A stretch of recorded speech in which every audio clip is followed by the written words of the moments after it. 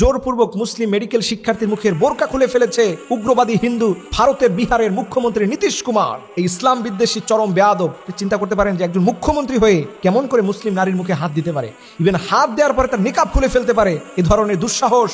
ওর কপাল ভালো যে আজকে মুহাম্মদ বিন কাসিম জীবিত নাই। যদি মুহাম্মদ বিন কাসিম আজকে পৃথিবীতে জীবিত থাকতো, এই ভারতের মাটিতেও কাছে দাফন দিয়ে দেওয়া হতো। আপনি একটু ভেবে দেখেন যে একজন মুখ্যমন্ত্রীর আচরণ যদি তো জঘন্য হয়, তো অমানবিক হয়, তো নরপিচাস টাইপের হয়, তাহলে সেখানকার উগ্রবাদী হিন্দুদের আচরণ কেমন হবে? এটা তো ওখান থেকেই শিখবে যে আমার নেতা করছে, আমার নেতা এটা করছে, তাতে কোনো বিচার হয় না, কোনো সমস্যা হয় নাই, মুসলমানরা তো মাইনেই নিছে, তা আমরা আরো বেশি করব। এই কারণে ভারতের এমন কোন অলিগলি নাই যেখানে মুসলমানরা প্রতিনিয়ত নির্যাতিত নিপীড়িত হচ্ছে না। আজকের এই মুসলিম মেয়ের সাথে যেটা হয়েছে, এরকম কোন ঘটনা যদি বাংলাদেশের কোনো হিন্দু মেয়ের সাথে হইতো, আমার বিশ্বাস যে মোদী নিজে এটার বিরুদ্ধে স্টেটমেন্ট দিত, বক্তব্য দিত। তো আমি দেখলাম ওই স্টেজের মধ্যে কত পুরুষ বসেছিল, একটা পুরুষের হিম্মত ছিল না যে মুখ্যমন্ত্রী আপনি এই কাজটা ভুল করতেছেন। একজন মুসলিম নারী হিজাব পরে ভারতে বসবাস করবে, এটাই হচ্ছে হিন্দুদের অঙ্গীকার। এরকম সুপুরুষ কোনো হিন্দু আমরা দেখতে পেলাম না। কখনো ক্ষমতার অপব্যবহার করো না, ক্ষমতার দাপট দেখাও না।